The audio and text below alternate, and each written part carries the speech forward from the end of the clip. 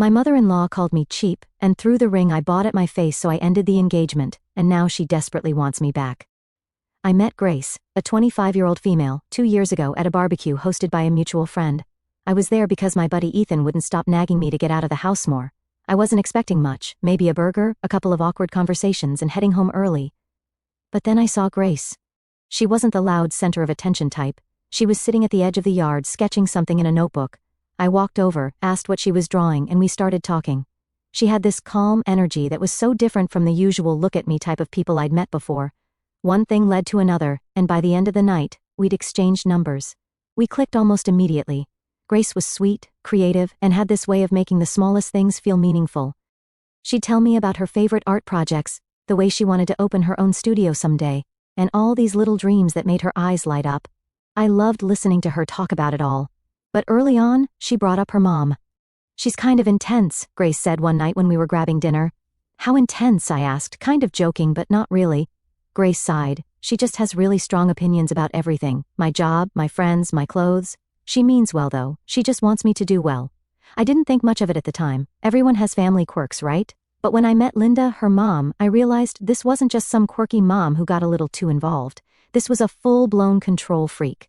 Linda was polite the first time we met, but it felt fake, like she was sizing me up. She asked about my job, I work in tech, where I went to school, and then immediately asked, "What's your long-term plan?"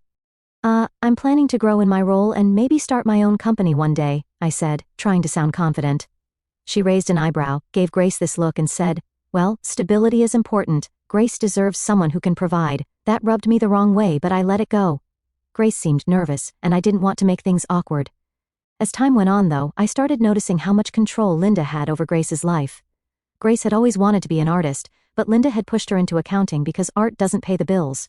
Grace hated her job, but anytime she talked about quitting or pursuing art, Linda would guilt her with, "After everything I've done for you, this is how you thank me?" It wasn't just her career either. Linda had opinions about everything. Grace's clothes, the food she ate, even how she wore her hair. If Grace bought a dress Linda didn't approve of, she'd make comments like, "You really think that flatters you?" What bothered me the most was how Grace would just take it.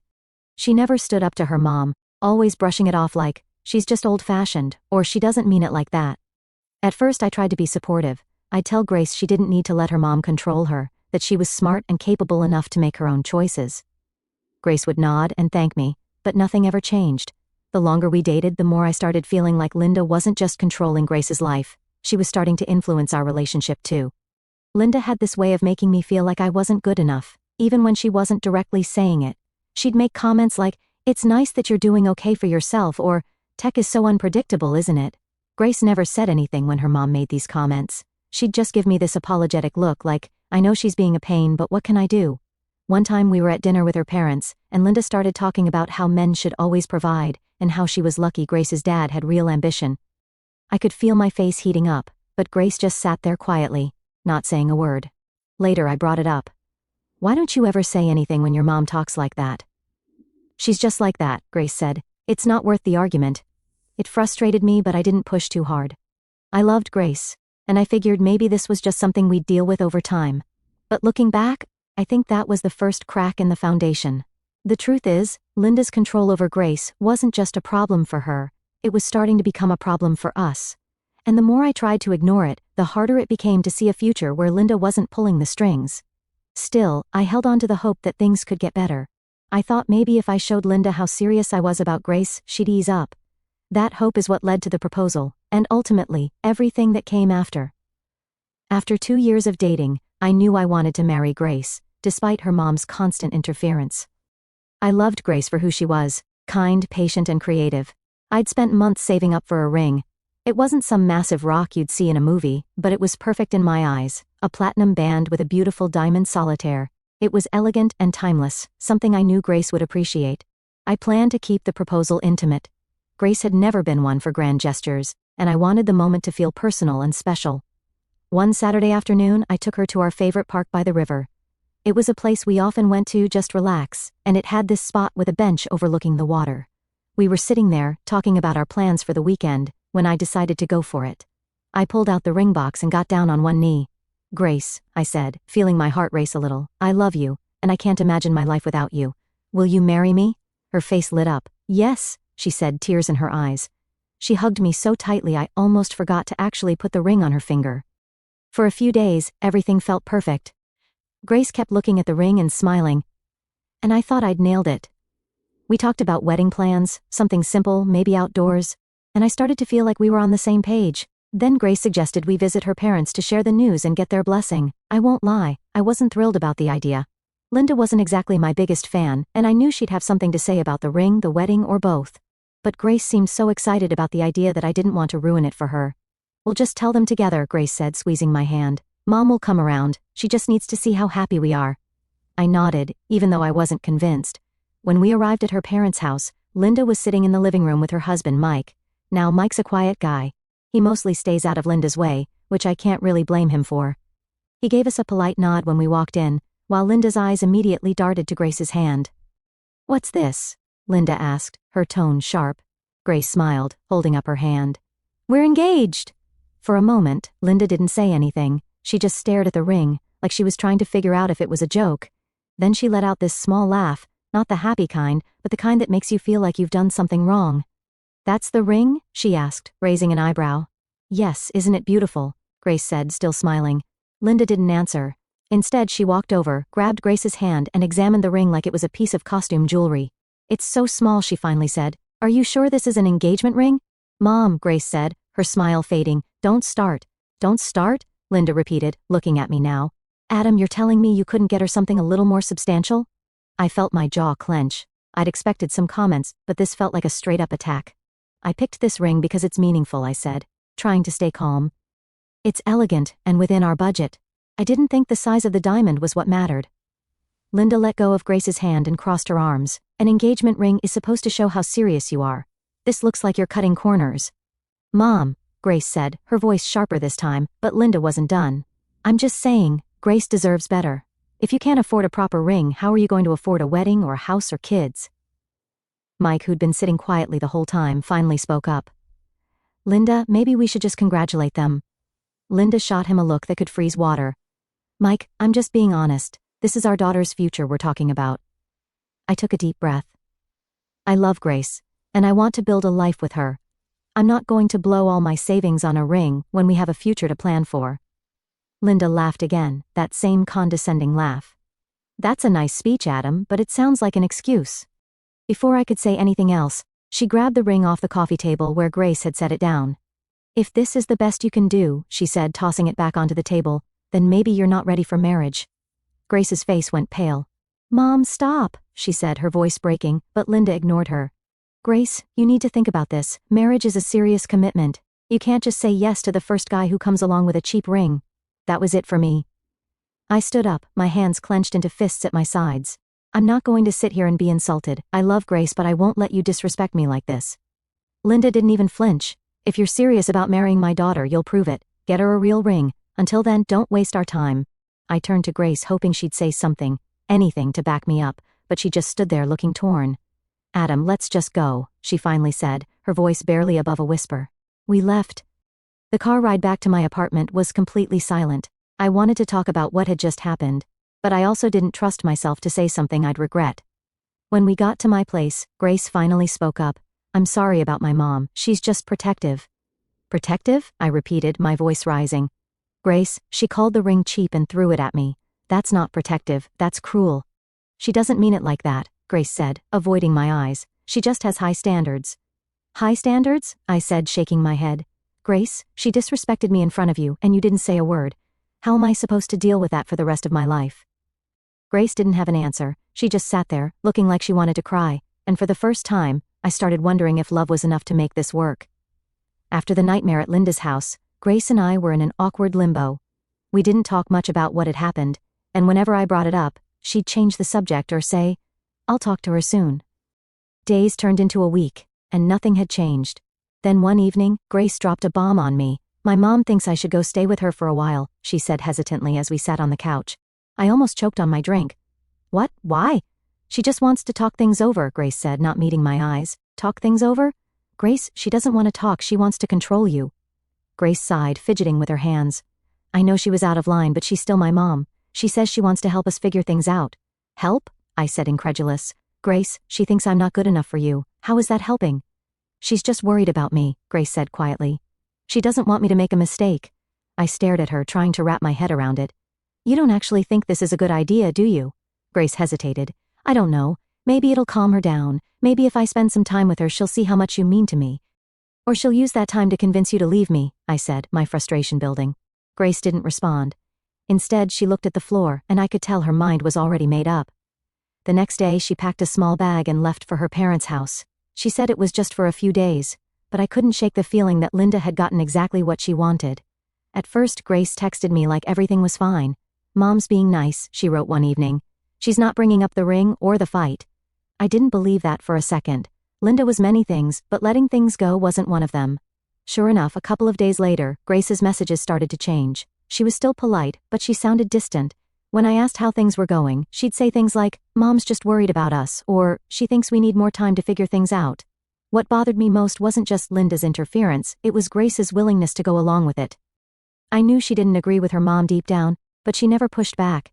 It was like Linda had this invisible leash on her, and no matter how much Grace wanted to break free, she couldn't.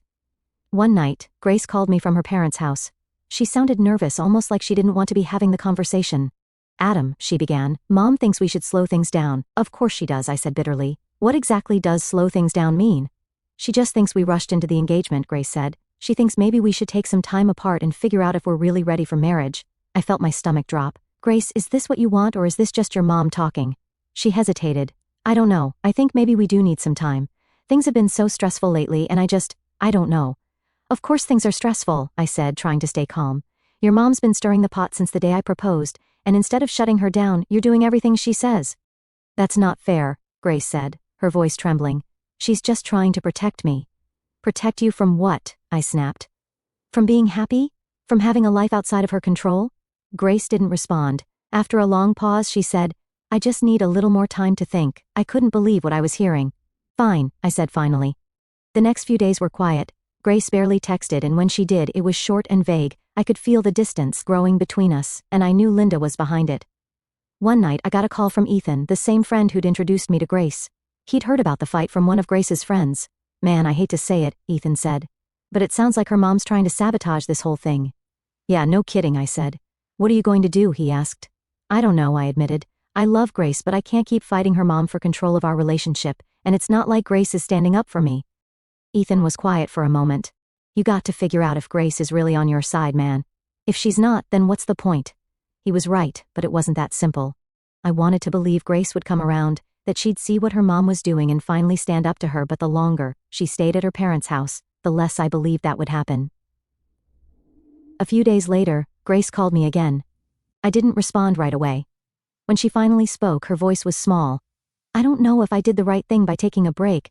I don't know what else to do. Her words hit me harder than I expected. Grace didn't know what to do because she'd spent her whole life being told what to do. Linda had made every major decision for her, and now, when it really mattered, Grace couldn't break free. Grace, I said, my voice softer now, I love you, but I can't marry someone who lets their mom control their life. I need you to choose me or her. The silence on the other end of the line was deafening. I need time, she finally said. Take all the time you need, I said, but don't expect me to wait around while your mom decides how our relationship should go. We hung up, and I sat there staring at my phone, wondering if I'd just ended things for good. Deep down though, I knew the truth. Linda had already done that.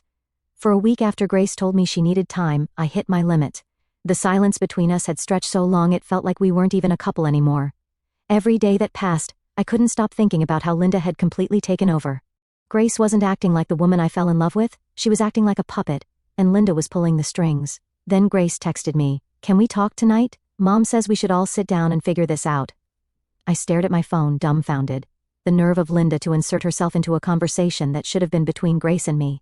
I fired back, "This isn't about your mom, it's about us. I'll come by, but only because I need to say my piece."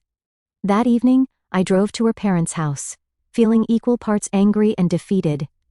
I wasn't sure what I was walking into, but I knew one thing, I wasn't going to let Linda talk to me like she had before. When I arrived, Grace was waiting by the door. She looked nervous, wringing her hands like she was trying to hold herself together. "Thanks for coming," she said quietly. "Let's just get this over with," I replied, walking past her into the living room. Linda was sitting on the couch like she owned the world, with Mike beside her, looking like he wanted to be anywhere else. Grace sat down next to her mom, leaving me to take the chair across from them. The setup felt like a bad job interview, and I already knew who wasn't getting hired. Linda spoke first.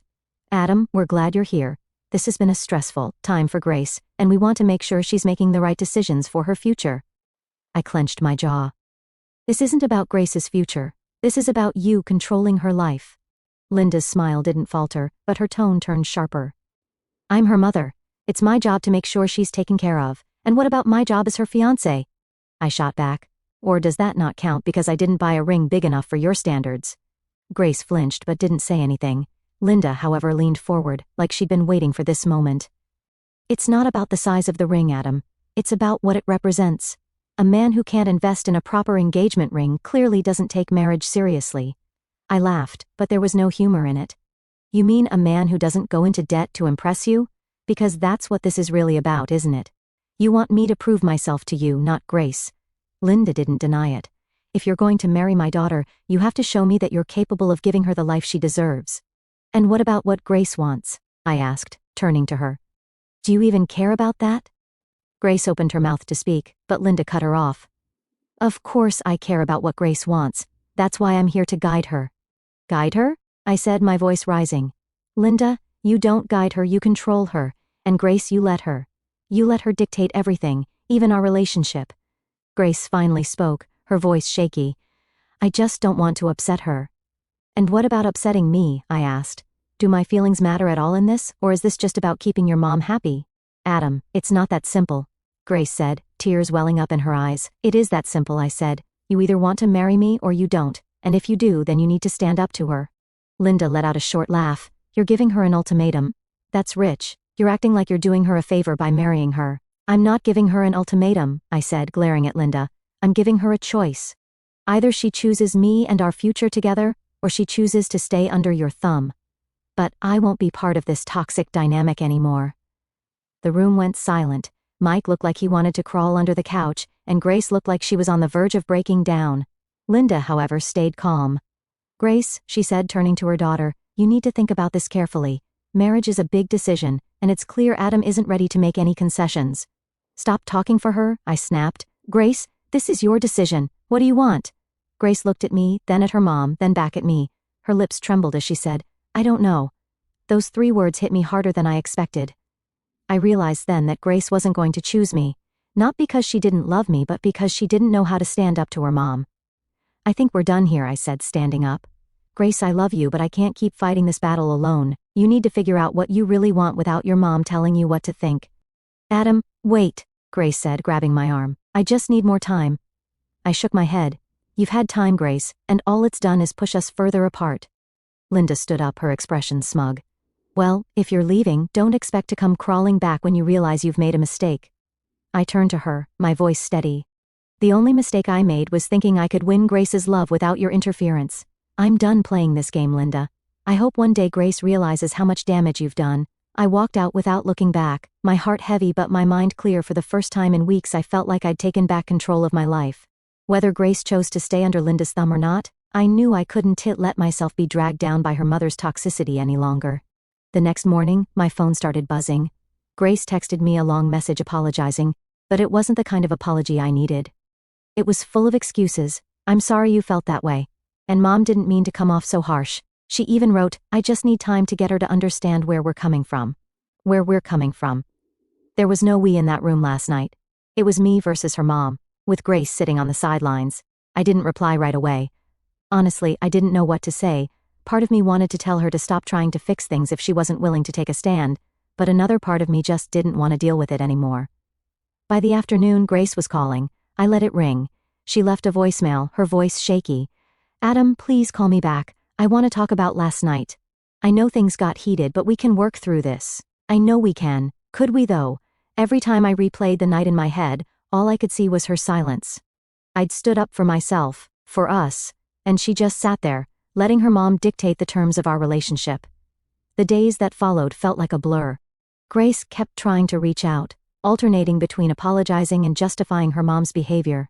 She'd text things like, Mom just wants the best for me, or, she's always been like this, but she'll come around. But I wasn't buying it.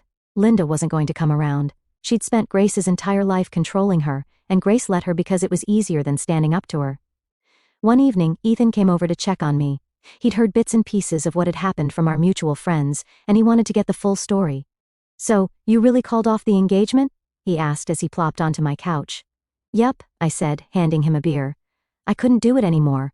Her mom was running the show, and Grace wasn't even trying to stop her." Ethan raised an eyebrow. "You sure Grace wasn't just caught off guard?" "Maybe she needed more time to figure things out. That's the thing though," I said, sitting across from him. "This isn't new. Her mom's been controlling her forever, and Grace just lets it happen. She doesn't push back. She doesn't even try. How am I supposed to marry someone who can't stand up for me or herself?" Ethan nodded slowly. "Yeah, that's rough, man. But you really think it's over? You guys were solid before all this." "Were we though?" I asked. "Or was I just ignoring the red flags because I loved her?" He didn't have an answer for that, and honestly, neither did I. A few days later, the rumors started. I got a call from a friend of mine, Sarah, who's also friends with Grace. "You know Linda's been talking about you, right?" Sarah said, her voice low, like she was sharing a secret. "Of course she is," I said, rolling my eyes. "What's she saying now?" "She's telling people you're too cheap to provide for Grace and that you embarrassed her family by walking out," Sarah said. "She's making it sound like you're some broke loser who bailed on Grace because you couldn't handle the pressure." I laughed, but it wasn't because it was funny. Of course she is. Linda can't accept that someone would actually stand up to her. She has to make me the bad guy. "Honestly, some people are seeing through it," Sarah said. "Everyone knows how controlling Linda is, but I thought you should know what's going around." "Thanks, Sarah," I said. "I appreciate it." When I hung up, I felt a mix of anger and exhaustion. Linda wasn't just ruining Grace's life, she was trying to ruin mine too, but the more I thought about it, the less I cared. Let her talk. I wasn't going to waste my energy fighting a battle I'd already walked away from. A week later, Grace showed up at my apartment unannounced. When I opened the door, she looked like she'd been crying. "Can we talk?" she asked, her voice small. I stepped aside and let her in. She sat on the couch, clutching her hands in her lap like she was afraid they'd fly away. "I'm sorry," she said after a long pause.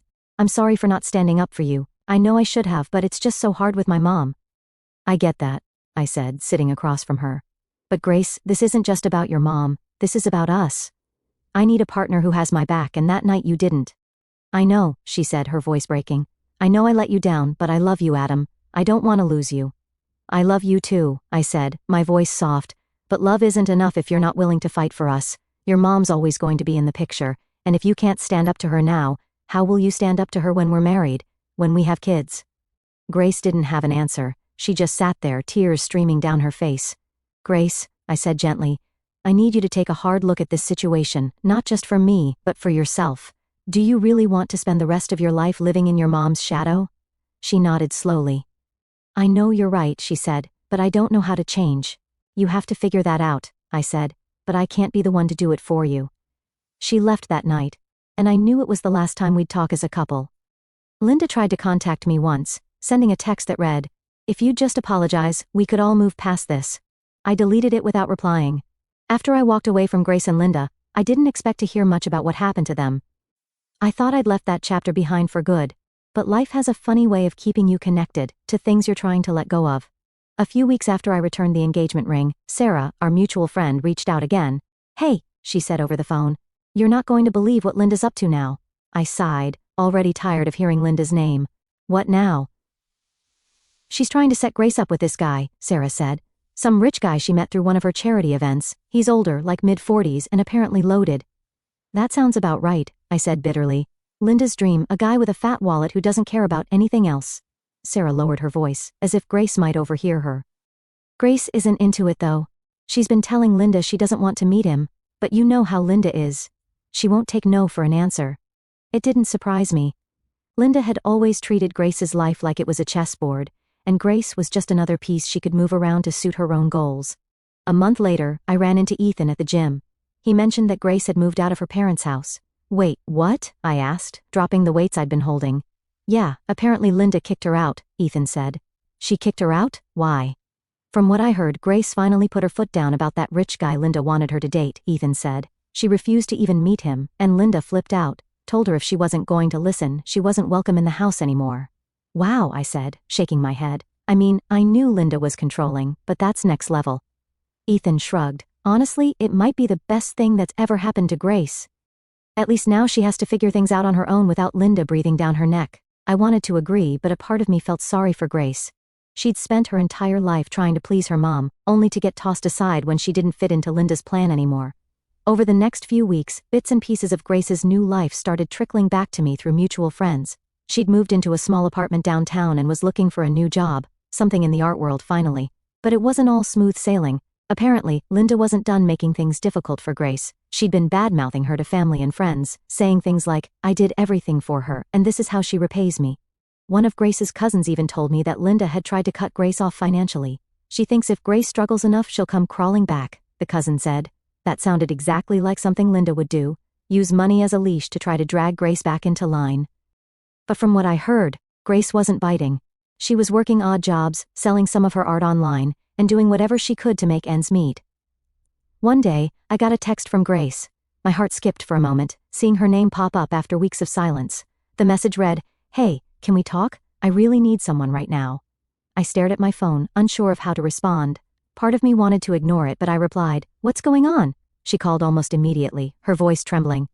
"Adam, I'm so sorry for everything.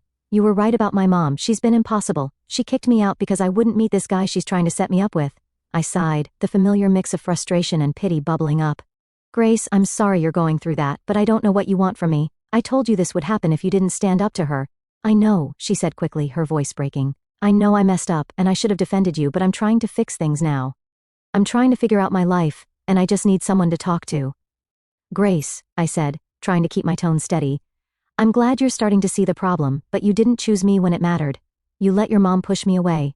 I can't be the person who picks up the pieces now."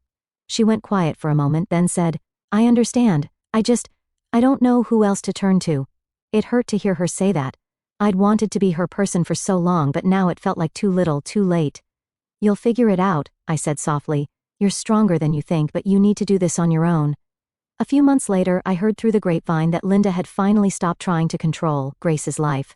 Or at least scaled back. Grace had gone no contact with her mom for a while, which I imagine was the wake-up call Linda needed. But even if Linda did try to patch things up, I doubted their relationship would ever be the same. As for me, I'd moved on. I wasn't dating anyone seriously yet, but I was taking my time, figuring out what I wanted in a partner. One thing was for sure, I wasn't going to settle for someone who let other people dictate their life. Looking back, I don't regret calling off the engagement. It wasn't an easy decision, but it was the right one. Grace needed to break free from her mom's control, and I couldn't do that for her. She had to do it on her own, in her own time.